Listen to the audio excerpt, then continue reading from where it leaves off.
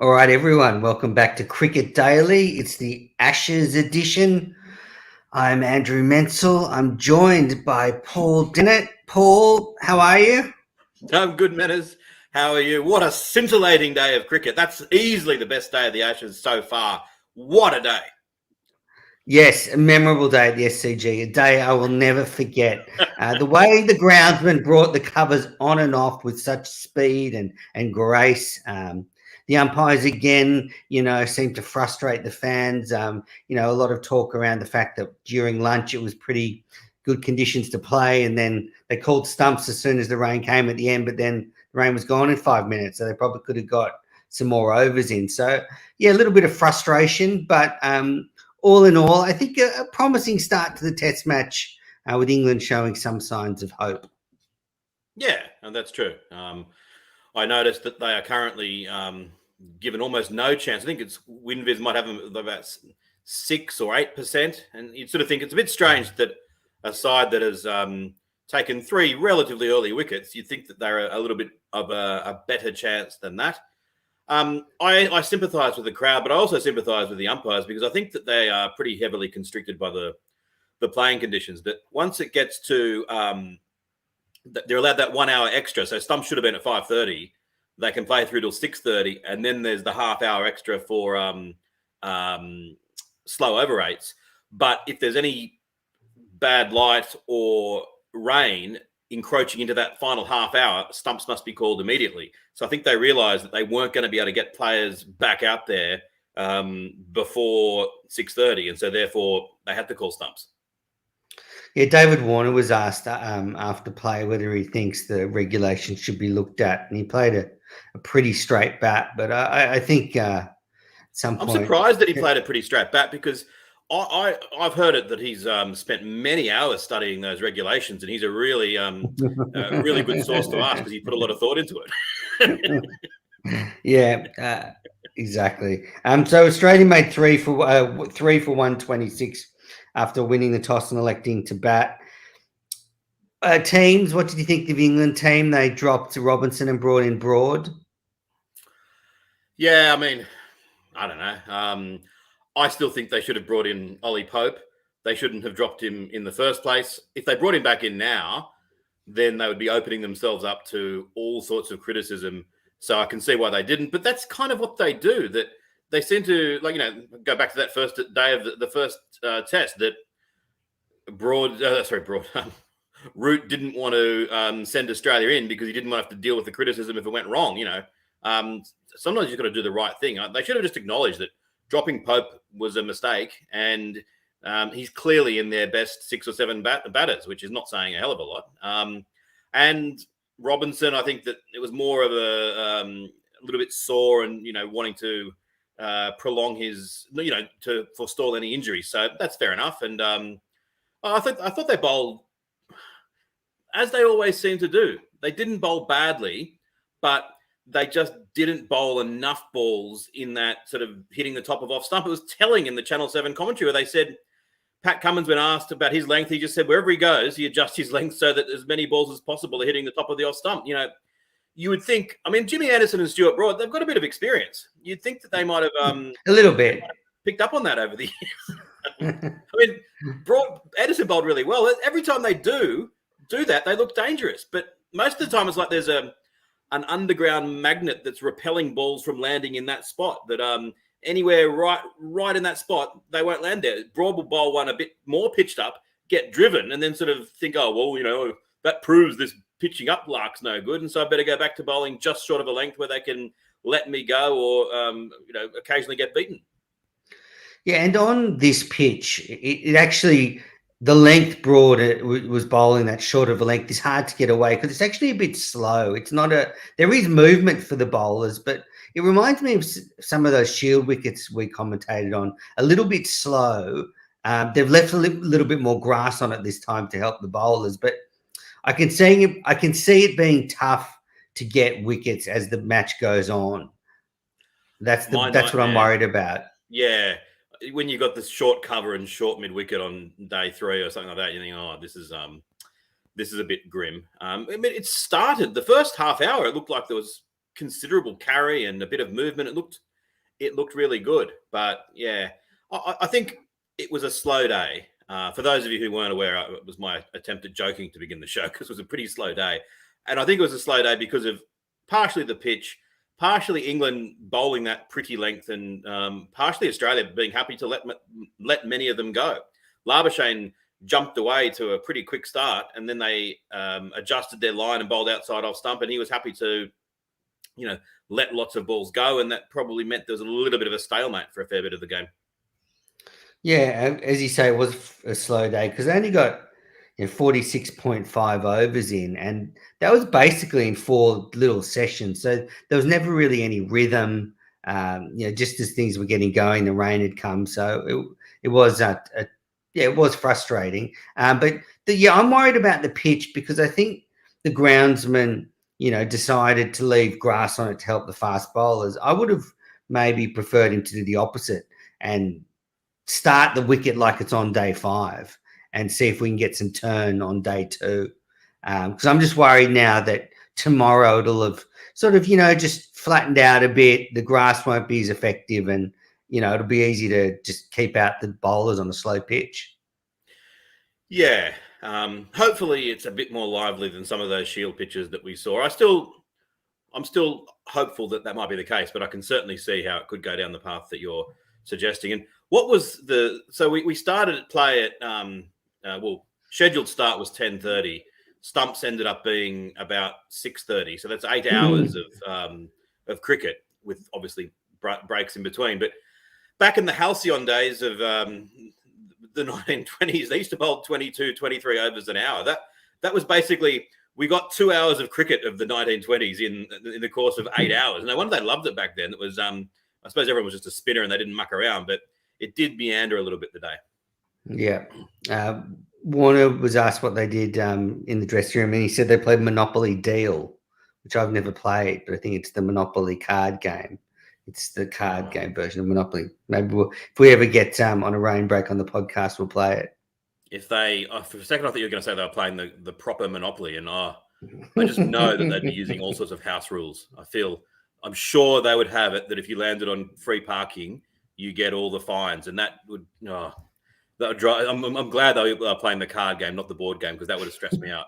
Do you have a stat of the day, Paul?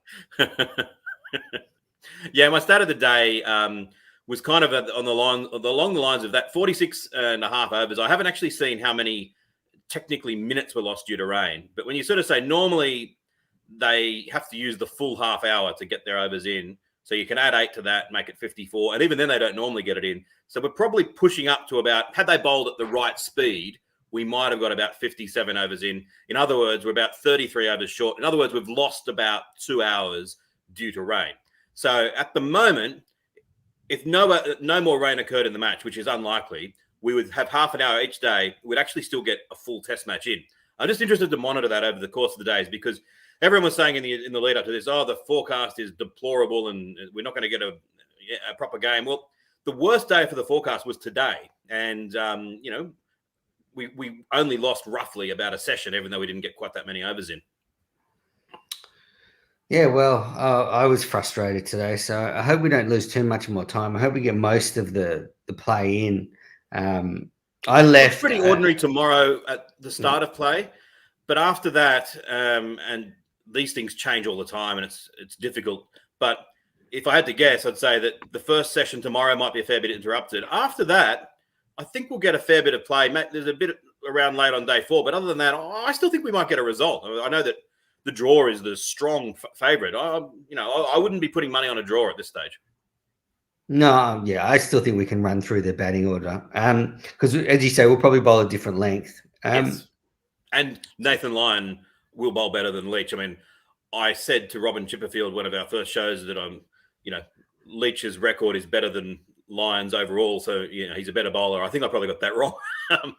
He looked pretty innocuous today, Jack Leach. Yeah. In the 2 overs he got. Yeah, I guess sometimes stats are wrong, Paul. David Warner, he batted well. He made 30 off 72, but he was out to his nemesis, Stuart Broad. I thought actually Warner looked impressive. As I said, it was hard to hit that back of the length because the ball, it was a bit slower than other pitches they've played on this summer. But But I have been up a lot, Ashley. There's a comment there that looked like I've been up for 3 days straight. I actually didn't get much sleep last night. I'm and there's no back to what you said that sometimes stats are wrong. So did Warner really get 30 or did he get 600? Once you once you throw it out there like that, I can't trust anything, mate. And then there's no makeup department, Ashley. So now maybe stats don't tell the whole story. That's a better phrasing of it. I never said they did. Well, okay. So Warner was out for 30, and then Marcus Harris looked good for 38, got off 109 balls, but in the end caught by Rudolph Anderson in the cordon and familiar dismissal, unfortunately. Yeah, he looked pretty good, but 38 off 109, it's a labouring sort of innings. It doesn't inspire much confidence in me that if he's facing Jadeja and Ashwin in a few months' time, that he's going to be doing much over there. That I know I said, his stats have been okay, and everything else, and he got that 70. And today wasn't terrible, but I don't know. Maybe the best case scenario would be if Khawaja got a double century and Head comes back for the final test, and they say we're going to open with Khawaja. I wouldn't be unhappy with that, I've got to say. I like Harris a lot, but he doesn't impress me as a test player yet. As you say, he's never really dominated in a test innings apart from maybe an hour or two against India 3 summers ago. So, yeah, on you with that one. Then Labuschagne was out, caught behind off Wood. That was he made 28, 3 starts for the top order players. But Wood looked good today, that extra pace. Labuschagne certainly troubled by him. Yes, and I can't really criticise Labuschagne, but because that's the way he plays. But I just think that he's got in this mode of respecting the ball on its merits so much that they know that if they bowl it slightly outside off stump, he will let it go. And his scoring rate can be really reined in by that. And so I still think he should be a little bit more aggressive.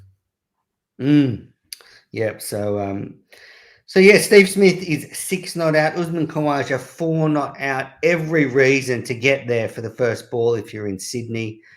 Do it because, 2 delightful players at the crease to start the day off. I've got my good day, bad day awards. So good day award, I'm kind of cheating. I'm going to yesterday because I was at the SCG. We didn't do a show yesterday, but I was at the SCG and they had the unveiling of the Richie Benaud Media Centre. So good day, Richie Benaud. Obviously,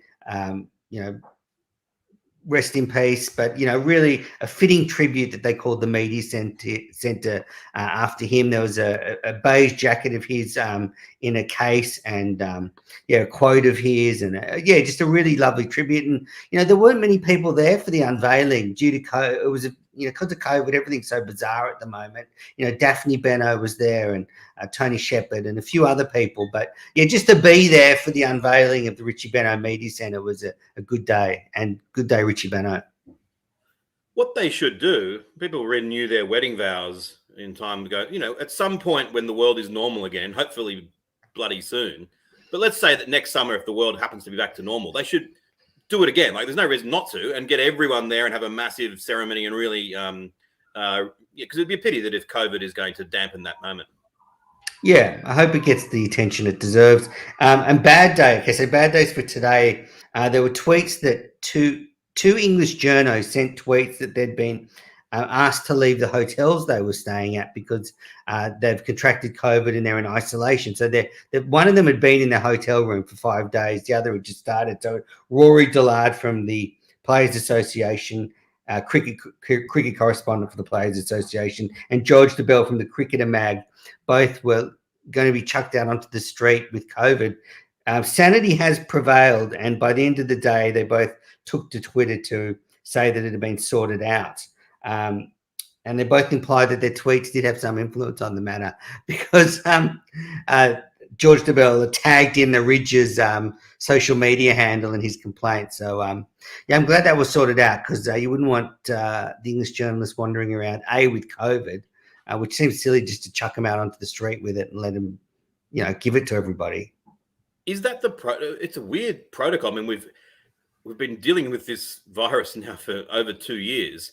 You would think that if someone in a hotel tests positive, that it's not just, okay, we're chucking you out now. Yeah. Like, surely there's something more, as you say, more watertight. Like, what's to stop them from going, okay, well, I'm just going to go on a pub crawl. Yeah. It should be, okay, we are now taking you to the best quarantine facility that's, got suitable airing and everything else. It'll be all safe and everything else, rather than just, okay, off you go, mate. That just seems weird. Yeah. And, maybe a younger, more cavalier manners would have said, yeah, stuff the bombs, chuck them out. But I'm trying to welcome our English journalists to this country this time. And, it would have been very bad. So I'm glad that was sorted out. I had spare rooms here if they needed them. But yeah, look, I've actually been sat with the English journos in the press pack. So you're picking up their bloody lingo. Yes. You've been sat with them, have you? I've been sat with the English journos. I haven't been sat with them. You've been sitting with them, my friend. Ali Martin from The Guardian, lovely English correspondent. So bad day, the English journos. I'm glad it was sorted out, though. Yeah.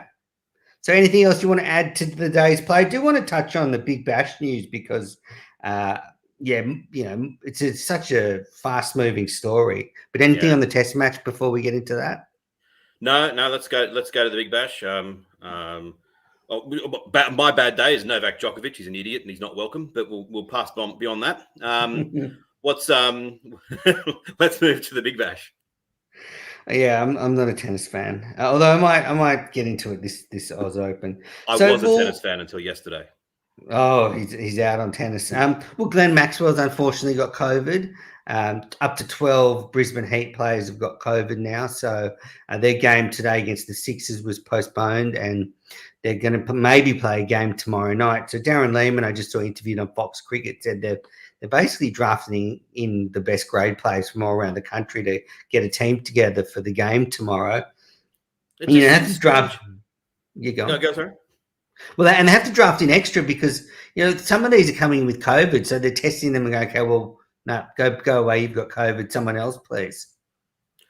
Is this the right thing to do? That's the question. Surely, from a safety point of view, if you're in these sort of situations where this is happening, they should actually say, we should just stop things. Like, why are we keeping on giving these young people COVID? Now, I know that it's running rampant in the community and everything else, but it just seems a bit weird that they're basically turning up to their workplace and getting COVID. Well, I think that's the situation everybody's in at the moment. So they're just going to keep going. But non-essential people are not, they're working from home. I mean, they're not really essential workers. Yeah, I just want. I more mean for the quality of the competition and the integrity of the competition. Is it worth continuing? Yeah, I'm trying to talk about the lives and the safety of these young men. Well, I mean, look at that. This is the integrity of the competition. I mean, we've been talking about COVID for a year and a half, and I just think, it's everywhere now. It's this, it is. So yeah, I just think, they've all been vaccinated. They're all healthy.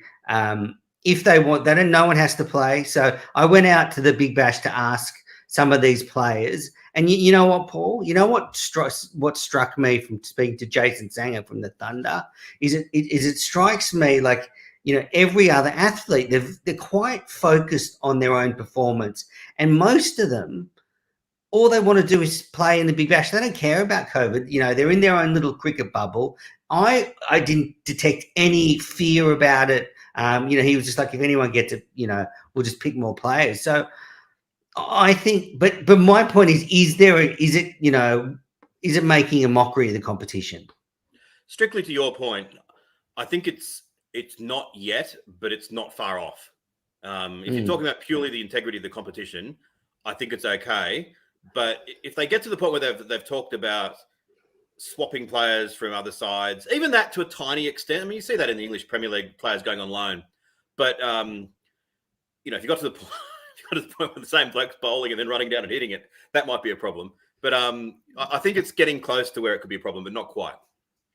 Yeah.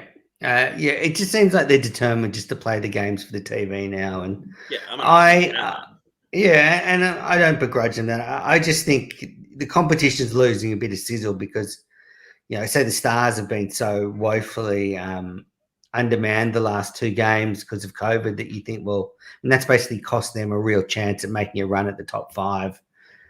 It's a good point. But in some ways, the the crowds don't help as well. In some ways, if it was a complete lockout and there was no crowds in, it's almost a better look that you can sort of say, oh, well, there's no one here, rather than a small attendance. And knock by knock, all these things are knocking some of the luster off the brand, and that people are thinking, do I want to watch this, or is it now a glorified grade competition? I mean, just the fact that, what was it yesterday, Perth were playing Sydney Sixers in the Gold Coast.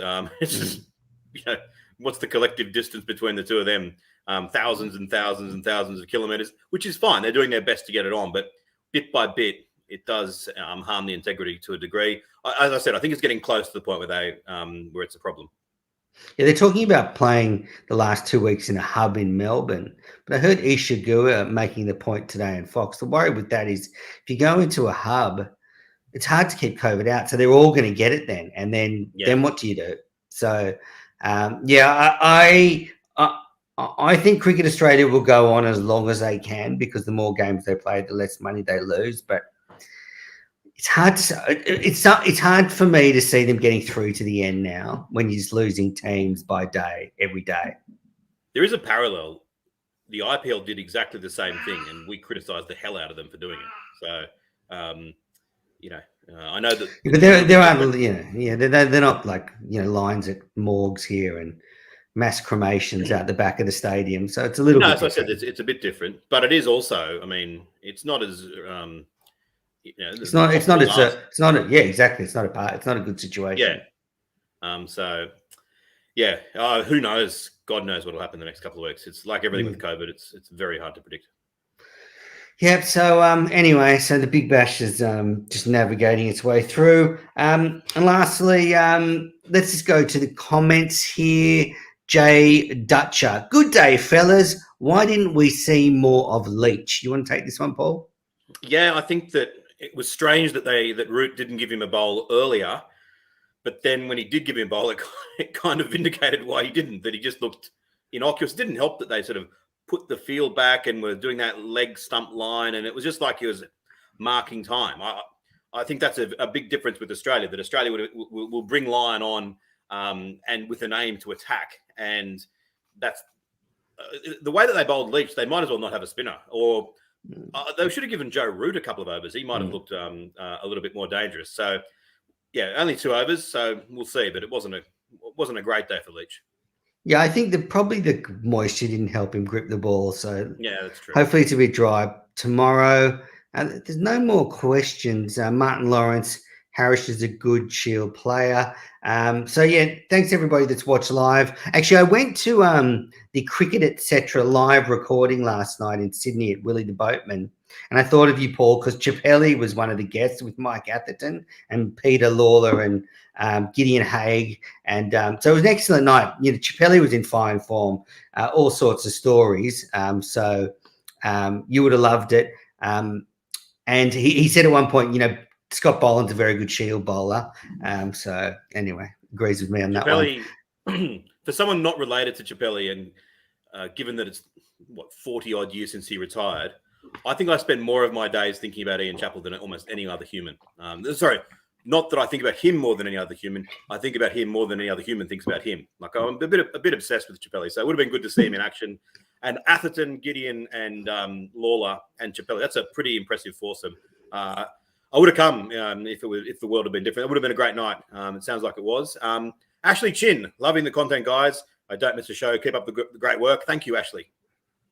Thank you, Ashley. Yeah, and the other thing was, they had a Zoom recorder to record the show live, and maybe release it as a podcast, and it actually didn't work. And people thought maybe I'd sabotaged it, but I hadn't. I wasn't going to interfere, but I have to say, I said to them it's pretty good it was sabotage, because Chappelli was, a few schooners in, uncensored, said some pretty strong things about lots of people. So I think I'm glad for Pete and Gideon their Zoom's broken, because a lawsuit might have been heading their way. Did Chappelli talk about Ian Botham or Steve Waugh, my two favourite subjects of his? No, but he slammed Justin Langer, slammed him. And there were some of the old favourites, the coaching stuff, but he slammed a lot of people, Justin Langer in particular. And as the schooners piled up, because we were at a brewery and they were laying them on pretty thick and fast, he kind of took over, and he is a great raconteur. Whatever you say about Chappelli, he had the room in stitches. That's awesome. G'day, guys. What did you think of that replacement ball? Looked in far better nick than the original. That's from Andrew M. Is that you, Menace? No, my kids are a lot older. And would I be able to even get into that Wallaby shirt, let alone own one? No, I was joking. It's just because it's Andrew M, same initials as you. Yeah, I know you were joking. I think it should have been in a better nick. Wood was asked about that, but the other one was like dog shit by the end. So I'm glad. I don't want players playing with wet balls. I don't care. I think it's bad for cricket. So it did look better, and it should look better. Agree. Well said. All right. Well, that's it for Cricket Daily Ashes edition, SCG Day 1. I'm going to turn up tomorrow at the SCG. It's all a bit bizarre in the press box, this test, Paul. It's obviously, privileged to be there. But, it's very sort of, keep to yourself, masks on.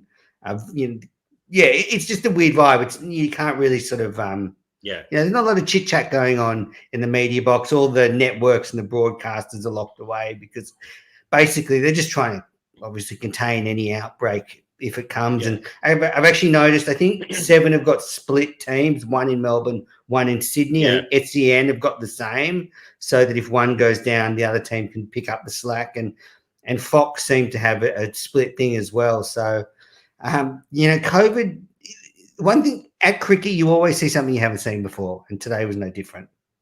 Isn't that what what's his name? The guy says about baseball, Buster Olney. Is that his name? Maybe. I thought that's what Richie Beno used to say when I was growing up. He always used to say, he loved going to the cricket because you always see something you hadn't seen before. All right. Well, on that note, catch up tomorrow, everybody. See you, Paul. See ya. Bye.